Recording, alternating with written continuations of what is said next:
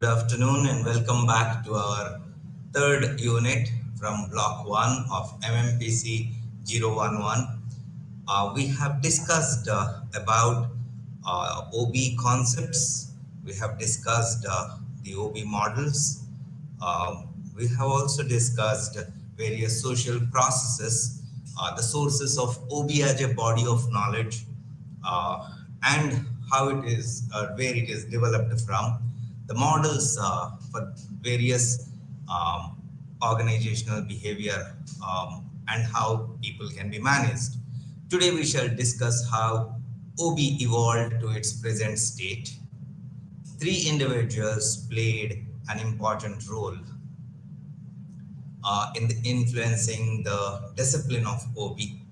They are Adam Smith, Charles Babbage, and Robert Owen.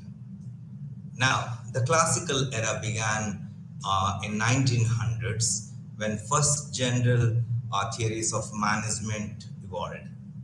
This approach viewed an organization in terms of its formal structure and purpose, aligning responsibilities across hierarchy for improved effectiveness.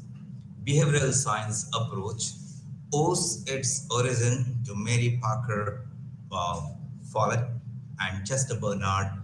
Uh, these were the two theorists who saw the importance of social aspects of organization, and from there the behavioral movement began. Followed by this, we see the management science theory, which is a little similar to the scientific management theory, and the further progression happened with organizational environment theory, where managers considered organizations as interactive, interdependent with the environment. We will see through each of these um, movements, understand further how OB evolved through the ages and how the importance to human behavior has been given due respect and consideration, and employees started feeling better. Let us move further to each of these theories.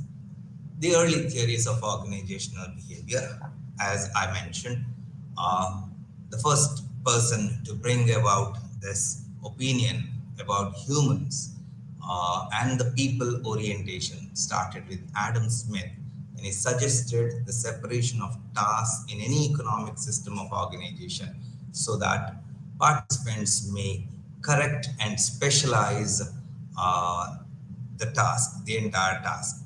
Now, what happened is earlier people used to just do mechanically, and each one had his or her own way of doing things. And possibly there were many such movements which were not required, many such steps which were not required.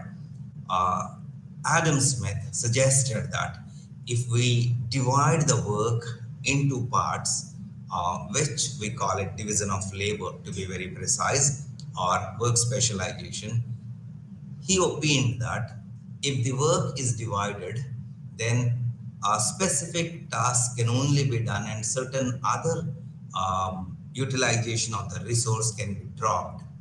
And this is perhaps the beginning of division of labor. With this attempt, the division of labor increased the efficiency of people because they had to do only the specific task, and productivity thereby increased. So we ended up with better productivity, better worker skill, and also dexterity.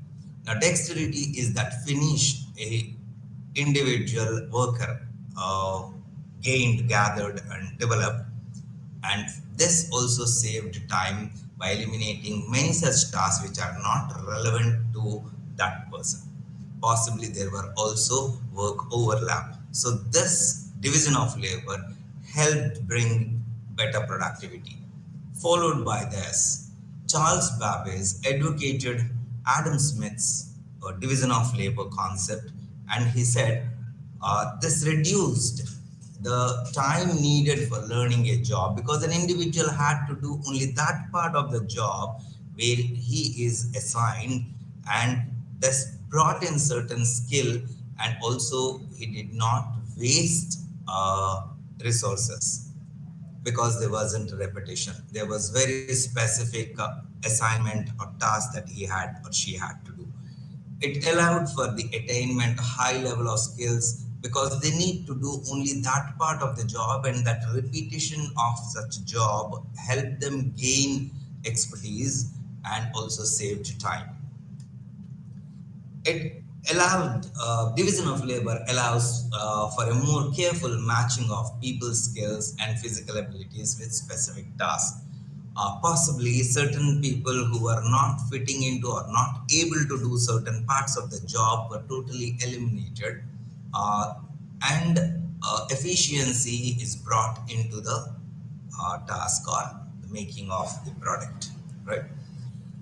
Followed by this came Robert Owen's opinions.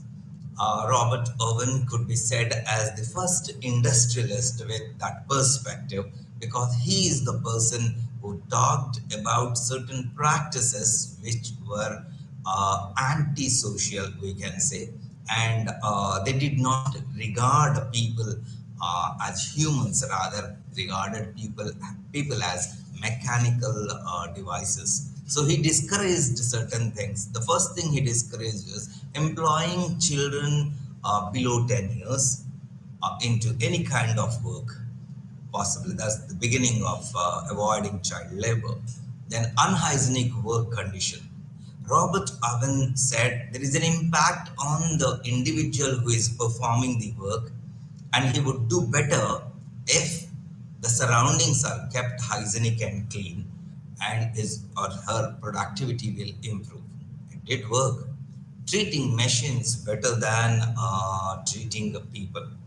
Uh, Owens noticed that the value the managers gave to the machines was good enough, but at the same time, they should also give due respect to the people who are running it, because it is the people who can run the machine correctly. And if the people are not satisfied, possibly the outcome from the most efficient machines also will not be optimal. And in the same spirit, he criticized that the costly machines that the organization invests in should be run by appropriate labor who is skilled, trained, and is efficient. Managers should not compromise on the economies of scale for the kind of engagement they do with semi-skilled or under-skilled people engaged, or when people of efficiency are engaged, they should ensure that there must be some kind of an investment done in these people so that the optimal utilization of the machines is also possible. We then and then he also suggested that the work day should be of 13 hours and not more. Okay. From here, we move on to the first classical movement. Sometime in 1900s till 1930s, this era ran, and it began with the scientific management theory to start with, wherein we have the scientists like Frederick W. Taylor, Winslow Taylor, who suggested the principles on which a management has to work. Now, he identified that any task has one best way, something similar to what the early theorists suggested. Now, a task has to have a certain best way. So, what he did was he observed different people doing a similar task, and the best way of doing a particular task has been freezed, and the rest of them were suggested to repeat that or imitate the best way of doing. This way, every individual worker could be brought at par, and that was a scientific way of doing and measuring the work.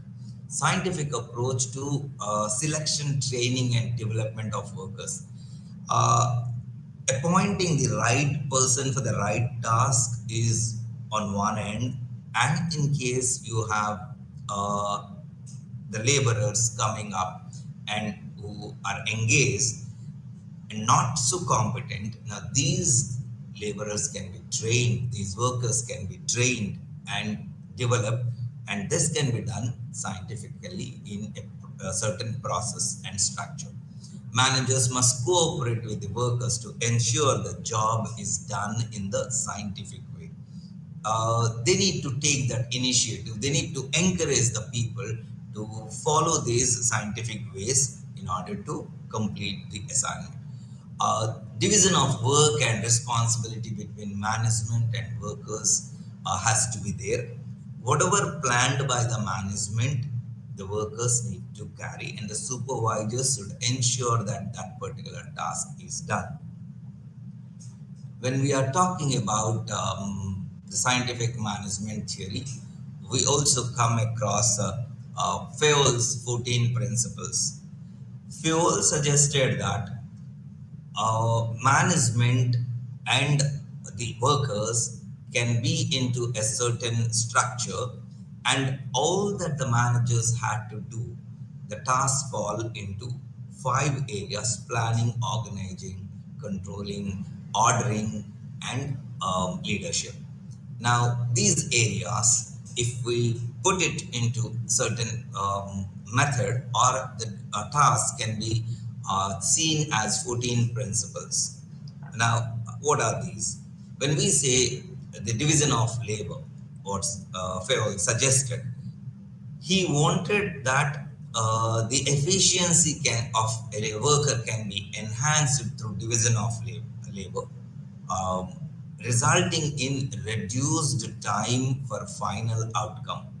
And if so done, supervision rate will also decrease. That is, the worker doesn't have to be observed continuously, and that micromanagement in today's terms wouldn't be necessary. And division of work will also help the workers expertise over their work over a period of time. Authority and responsibility, Fayol suggests that the right to give orders should always carry the responsibility fitting to its privilege. A person who has that right to order must also have the responsibility. There must be discipline. That is, the work relies on respect for the rules and policies, and also clear agreements that govern an organization. Where there are rules, there is discipline. Unity of command, like each employee takes work instructions from one superior, eliminating doubt and any kind of a dispute. Then unity of direction. Each employee takes the work instructions only from one superior, right? There has unity of direction is actually one manager and one plan and one goal. A subordination of individual to general interest. Individual interest must be given a backstage, rather you can say, like, and the organizational goal is to be prioritized. Remuneration of personnel. The wages should be distributed fairly and impartially to employees and even to the supervisors. Centralization. Centralization talks about the decision making is in the hands of superiors, yet where required, it must be left to the contingency factors so that they do not have to depend upon totally on the ownership or management. So the supervisors or subordinates must at times get a little delegation to take certain decisions, to make certain decisions. The line of organizational hierarchy and the authority of communication should be clearly specified and followed. That's what he meant by the scalar chain. There must be order in the workplace, like what resources an individual worker uses that must be accessible to him at the time of the work, at the right place, as required by the right job, by the right person. So that time doesn't get wasted. Okay. Uh, the lines, the material the next is order equity. All employees should be treated with kindness and justice. There should not be any kind of a discrimination which will keep the employees encouraged or motivated in a way like they get their due respect. All the employees, the employee population, we should say, should be stable uh, for people to learn the tasks and their jobs, and the larger context within which their jobs are performed have to be fixed. This is because just in case a particular worker leaves, there can be a replacement there, and that needs to be done. But then this shouldn't be happening that frequently, because again the disruption in the process of production may happen. So it should be ensured that the workers are well trained, assigned the jobs, well communicated, motivated, and kept on the work for a longer period, so that there is consistency of production and effectiveness. Initiative. Implementable creativity should be encouraged where required. The subordinates may happen to come up with certain suggestions, and the management, if they lend an ear, the subordinates will feel motivated. Though the decisions are limited to the authority, um, the workers must be lent an ear so that they can share what is happening at their end of the job. Spirit Big Corps talks about the team spirit, or how they team up. A feeling of cooperation and harmony arises only when there is team spirit, and wherein, when we say team, we ensure that there is two-way communication to be instilled, which would reduce conflicts.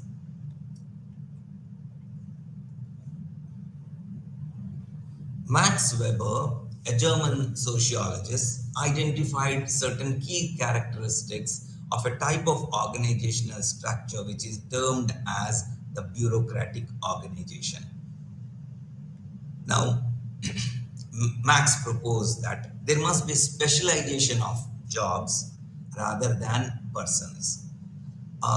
Here, Max intended that if the job is specialized, anyone who comes and does the job will have to do the same processes, and will learn the same processes, and will perform the same processes. In case there is a change of an individual at that workstation, the work will not be affected. So it shouldn't be that a person is given that importance. Rather, the job needs to be given that importance, and the person must be trained accordingly. Hierarchy of authority to distinguish management from workers. Now, the workers must be getting that kind of a command or order or instructions from one such superior, and then the line of command has to be, in fact, very clear. There must be a system of rules to achieve the formal and efficient work processes. Now, the rules will help a formal structure to be created, and the work processes will remain intact, and if they follow such rules. Now, Weber suggested that there shouldn't be any kind of a personal touch or preference given to workers, and any kind of a favoritism or biasness to exist. He discouraged that and said management should be impersonal, and employment should be based on technical qualification, skill, ability of an individual worker. Now, while Weber suggested this, Weber's suggestions were often criticized, and the other theorists said that Weber's suggestions of the bureaucratic management process is too very documented, too many rules and regulations. When required to take certain decisions which may not fit the current situation, then it becomes very difficult. So there wasn't enough flexibility. Executives often were showing off, and this was not acceptable to the organization. Possibly there was a lot of parity between the worker and the management and the owners. Lack of flexibility in adapting to changing situations, which is because of the rules and the rigidity of the rules. Since the decisions have to be taken by one individual and the authority is again in certain hands, there isn't enough flexibility, or you can say, or adaptability, you can say, when it came to the decisions.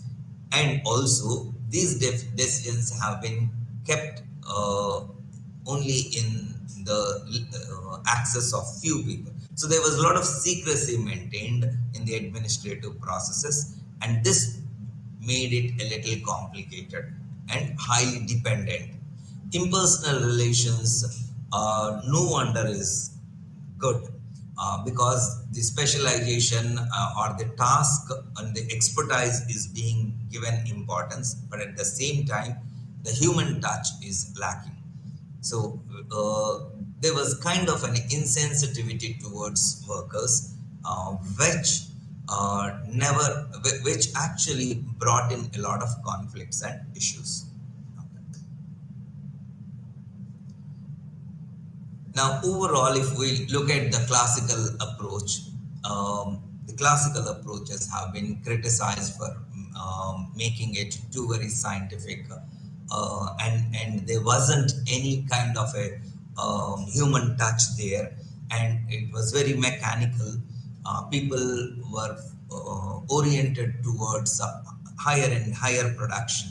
So perception of organization structure, where workers have restricted control of the work environment, and they had to obey by the rules, and it was more of a monotonous job, and a very mechanical way of performing job. There wasn't any flexibility in adopting the flexible managerial styles, and too much of dependence on few fixed principles.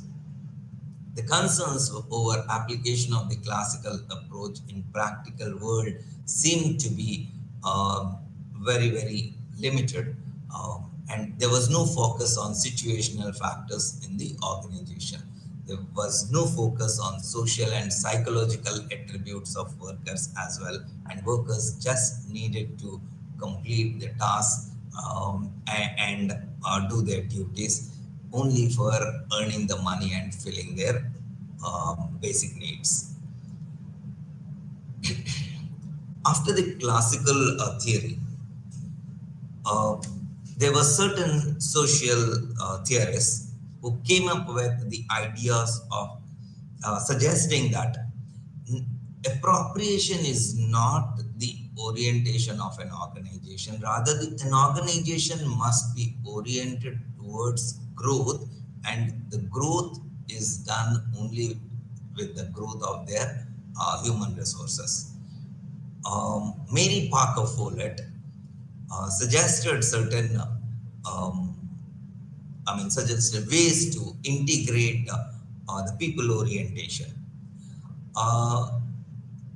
She suggested that people have open dialogue, in which everyone participates and lays out their point of view on a particular matter, and this may lead to certain favorable conditions as well. She also suggested that the dialogue itself may remove certain differences, or may expose to different points of view, which may prompt people to to change their minds, to rethink their assumptions. Now, she suggested that if differences remain among workers and also workers and managers, these are recognized explicitly and treated as a shared problem in the group. And once it is shared in the group, they come up with certain alternatives. Members can work together to find solutions that are a win-win in its impact. For instance, say by making concessions on points that are essential for one party but inconsequential to others, or combining individual expertise and knowledge to reframe the problem and develop creative solutions that meets the group's needs. So she suggested that they, if the people interact among themselves and they form certain informal groups as well, and these informal groups can bring up alternate suggestions which can keep the motivation levels, and there's kind of an invisible leader who enables the task to be performed better. Along with Mary Parker Follett, during this time, we also see Chester Bernard, who was influenced by Weber, did not agree with Weber, who had a mechanistic and impersonal view of organization. Chester Bernard looked at organizations as social systems that require human cooperation. He said, an organization is a consciously coordinated system that is a part of a larger system, and the society at large interdepend on political, social, economic, and cultural systems for various resources, which as a group of individuals with a common purpose who are able to communicate well to accomplish with utmost cooperation. Whatever they need to do, this can be better possible with cooperation amongst the workers and also with the supervisor. He suggested that a formal consciously created organization is comprised of voluntary random informal groups. He observed this and he understood that these informal groups bring in certain invisible ways of improvements and also a kind of a relationship, a socialization which bonds these people on a formal structure of the organization, and these informal groups complement and strengthen the formal structure. A person will take authority under following conditions, is what he said. He said he can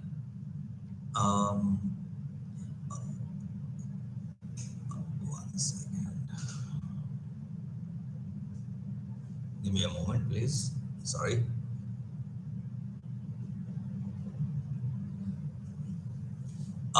A person will take authority under following conditions. Now, he has to understand why he's being instructed the way he has to do the work. That means the communication is to be understood clearly. And at the time of his decision, he believes that if it is not consistent with the purpose of the organization, he will not follow it. So it is to be made clear at the time of the decision that he believes to be the decision to be compatible with his task and the organizational goal. A person will take the authority and the instructions only when he is able to comply with it mentally and physically. Otherwise would be kind of an authoritarian, instruction. And a worker doesn't enjoy that kind of a autocratic way of doing, and they do not get motivation, and their performance levels degrade day after day. Now, they say, Chester Bernard suggested that there are certain functions of the executive. Now, these functions are like maintaining proper communication in the organism. Managers must ensure that the communication is clear and is done when required. He says that the second function is to obtain essential services from individuals for achieving the corporate goals, and formulating purposes and objectives at all levels. Even the supervisor level, there have to be certain objectives and all, which needs to be complied with. We move on to the behavioral movement. This began with the Hawthorne experiments, and the behavioral movement, in a way, can be said as it was in three stages. It began with the human relations management, then came the human resources approach, and then the behavioral science approach. We come to this human relations approach. Hawthorne experiments brought out that the productivity of the employees is not the function of only physical conditions of work and their wages or money paid to them. Rather, it is the subjective conditions that make an employee give his best. These experiments were run across 4 years, and the experiments, there were 4 experiments also. 4 to 6 years it took them to come to such conclusions. We will see what these conclusions are. And they had conducted 4 types of experiments basically: the illumination experiments, the relay assembly test room, then the interviewing program, and the bank wiring observation room. In the illumination experiments, these scientists put the people into different illumination levels in the work floor.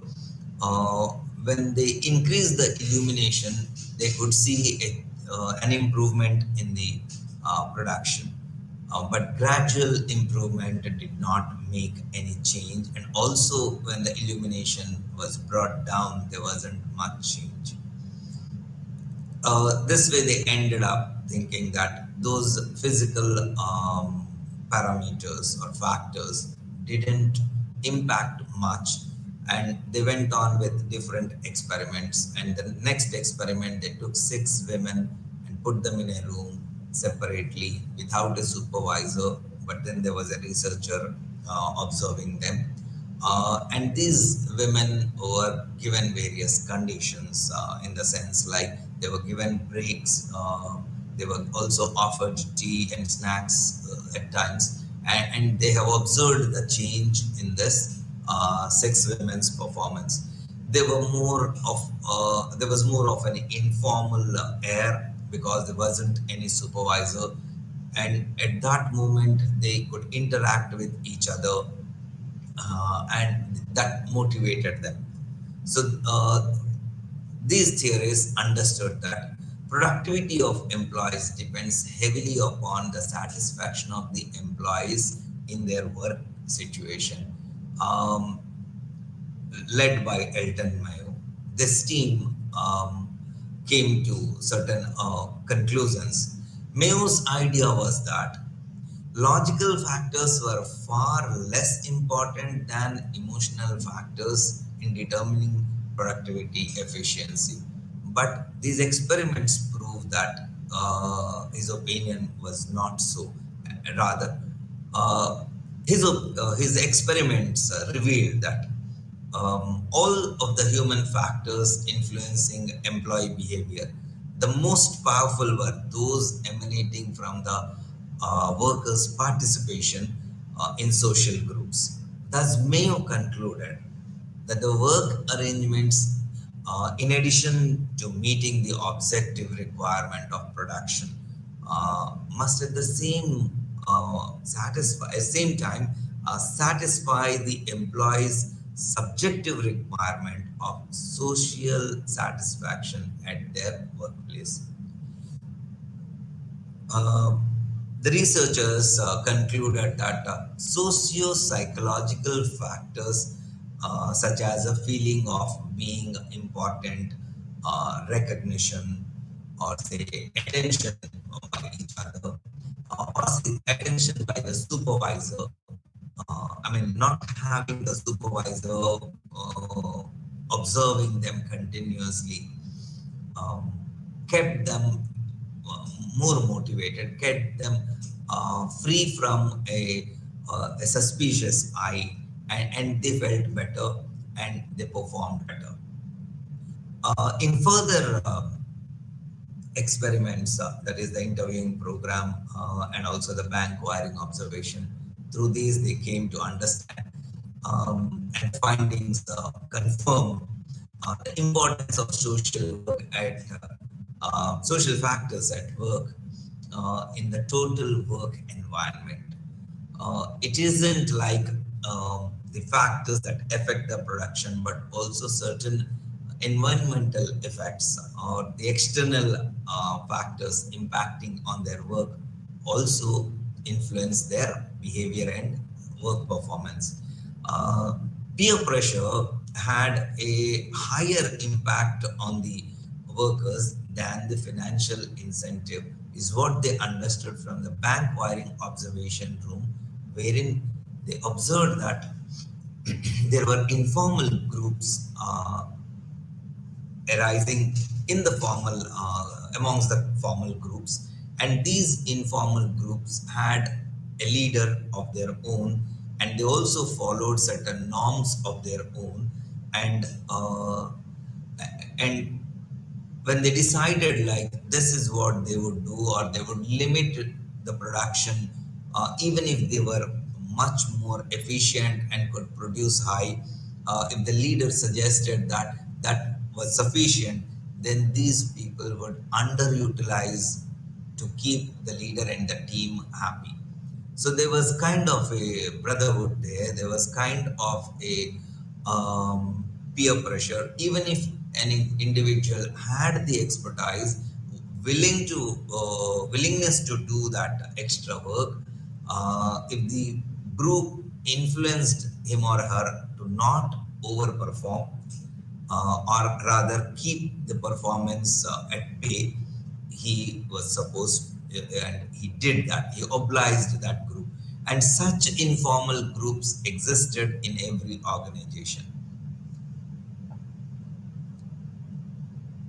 Okay.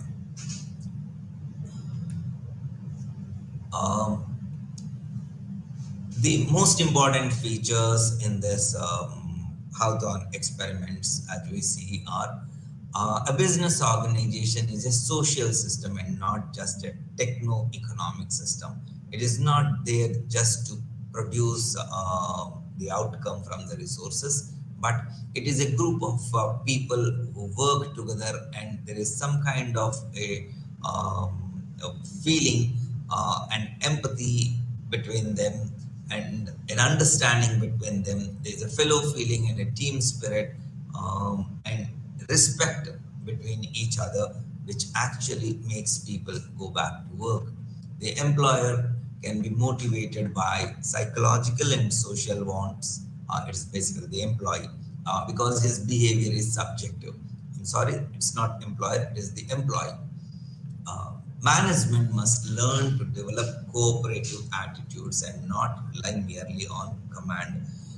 Employees must feel that they are offering their services and the manager is utilizing those services, and together they are trying to produce certain outputs because of the expertise or ability or the skill they have together to meet the organizational goals. Participation, or in a way, like when we say participation, it is a two-way communication that they need to develop. And this two-way communication only enables them to perform better.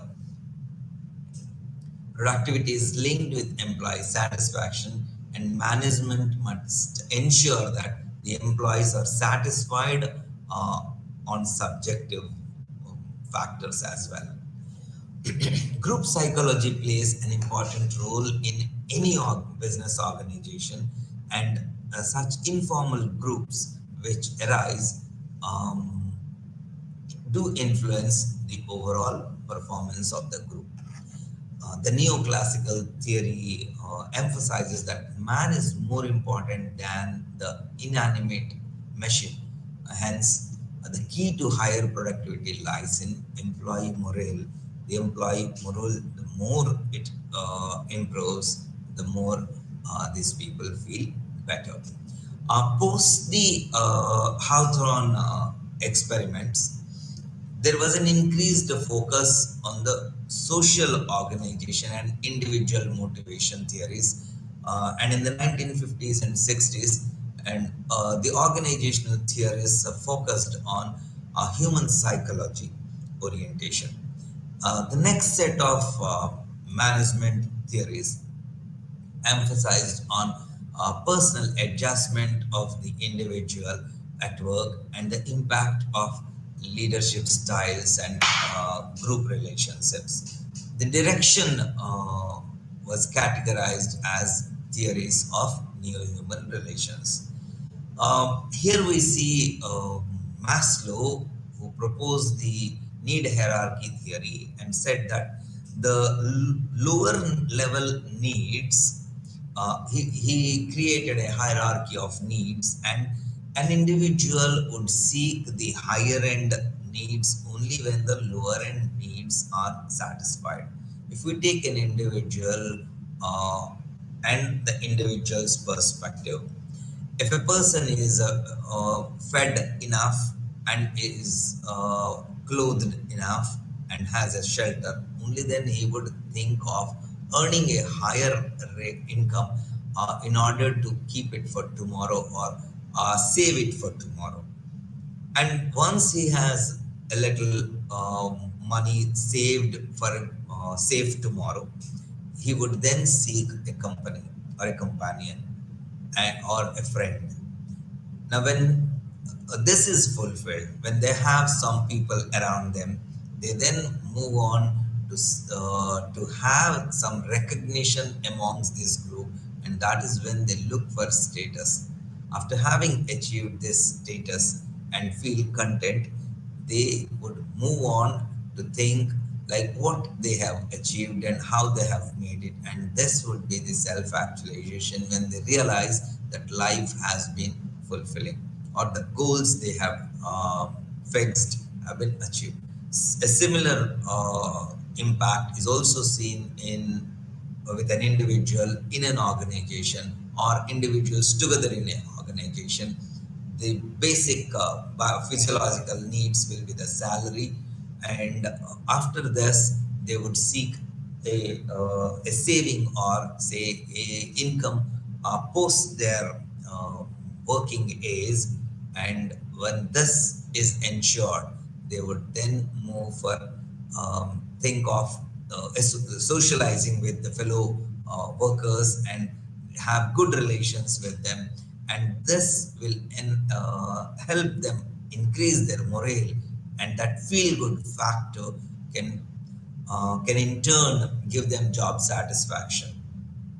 And when the affiliation need or that fellow feeling need is fulfilled, they then go for a recognition or a particular designation or job title, and they try to achieve higher goals. Now, so the employee morale or motivation depends upon the basic needs. Uh, Besides him, in the human resources approach, we also come across McGregor's theory X and Y, which talks about the theory X managers and the theory Y managers. The theory X managers believed that employees basically do not like to work. They are not self-motivated. They do not have any individual goals, and they always feel that they are being exploited, or they are as a resource working. Now, it is always like me versus my organization kind of an opinion, which people have is what the ex manager thinks, and thus the ex manager feels that if employee or the worker is provided salary or wage, he would work, and if he has to provide work further or work more, he needs to be given an incentive.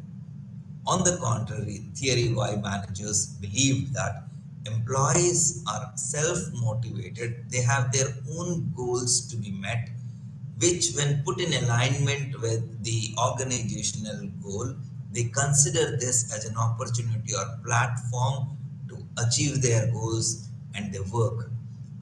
Such employers even do not require supervisors. They can work without supervisors, giving more responsibility to such employees or workers. They feel that they are given a responsibility, and they would certainly oblige that higher work and try to improve on it, even if they are not up to the mark.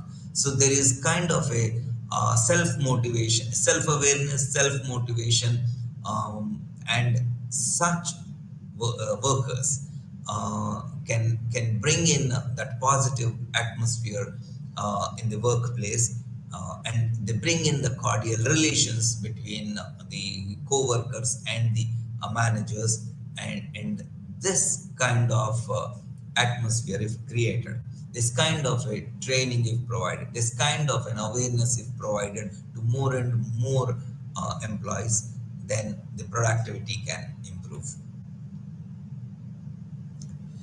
The behavioral science approach, in a way, we can say, was initiated by Mary Parker Follett and Chester Bernard.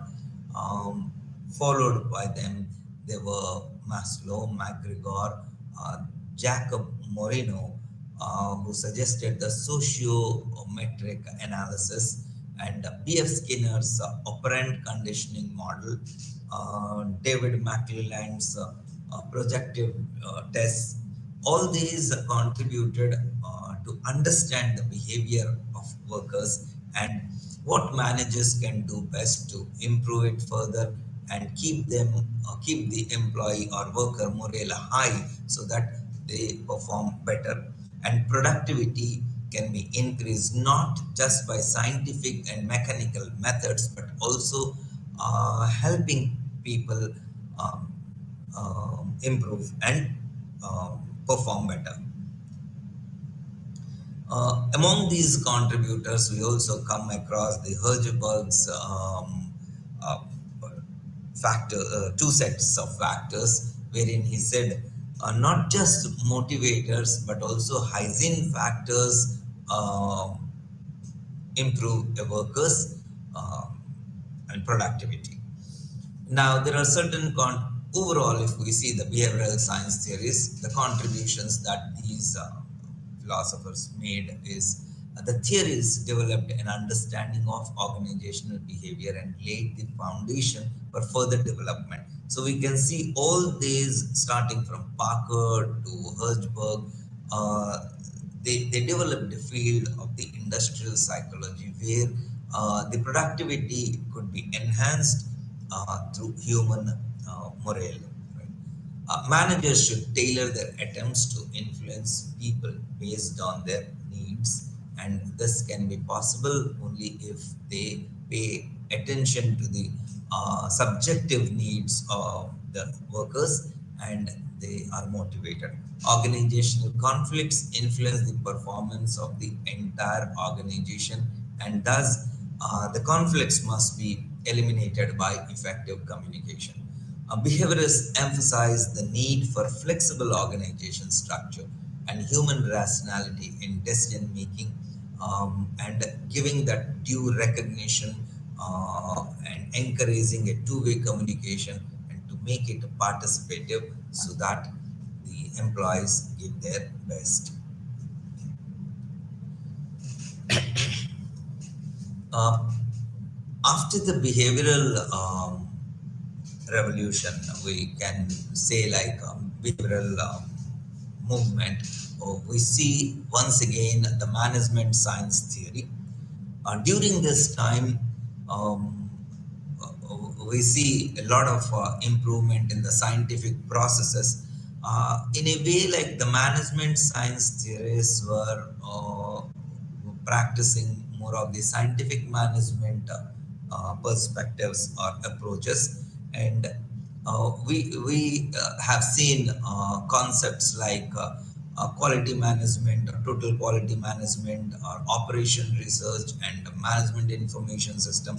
These are the main branches that develop, and we came up with the economic order quantity, the CPM, TQM, the game theory, and also the other such other theories were contributed to management for problem solving.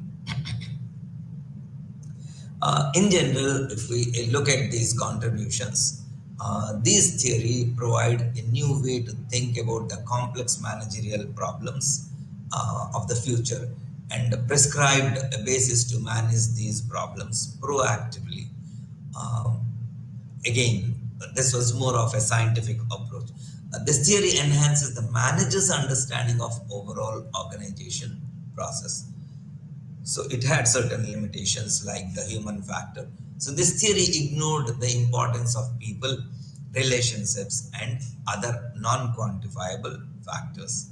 The assumptions used for quantifying decision making do not match real world situations. And also, this theory is not substituted of management functions. It prescribes a limited number of tools for specific use in problem solving. Um, this then gave way to the organizational environment theory, and by now the management theorists understood that the organization works in the environment and is dependent on the environment, and they had a systems view towards the organization. An organization would bring in resources from the environment, process them into products, and convert them into products, and these products are once again introduced into the market to generate the revenue, which is recycled to, and the process is repeated. And these resources come from that very environment. So management will focus on the efficiency and effectiveness on each part of the organization, from the inputs to the processes to the outputs, and wherever they need to understand that each part is dependent on another part, and overall this entire system is a part or might be a subsystem of the entire environment. Then we come to the contingence approach, which posits that organization structures and control systems are contingent upon the characteristics of the external environment which within which the firm operates. Now, the changes in the environment will impact and influence the system, the organization, or its subsystems, or its parts. Now, there is no one best way of managing, because depending upon the environmental influence, maybe political or maybe economic, or maybe like social or technological changes that bring or demand changes internally, uh, the management must accommodate these changes and accordingly uh, respond to such changes, wherein the decisions may change and uh, they need to work as per the situation demands. Now, these approaches uh, represent a progression of the ideas, each building on from the other and adding to it, right from the early theories through the classical movement to the behavioral movement till the recent contingency movement and systems movement of the environmental management movement. uh, we see like it's been a progressive improvement that's happening. Together, they provide a pattern of complementary studies into the development of the management thinking, which help the organization to take right inputs from these theories and making the employees work better and to make organizations effective and productive. Um, these theories also further led to come up with the understanding of the human behavior in such manners that the managers could understand why individual um, members or individual workers showed certain patterns in the behavior and they which impacted in the production, which impacted in the relation between each other, affecting the overall goal of the organization and the productivity. Now, this is what we will be learning in the next class, which is about the attitude the organization faces through the employees. Why did the workers have a certain attitude, positive or negative, or progressive or not? And what kind of a personality they develop, and how are these personalities impacting the overall productivity of the organization? And this personality is due to where does it arise from, and what are those values which lead them to form such personalities is what we will be seeing in the next class. Thank you.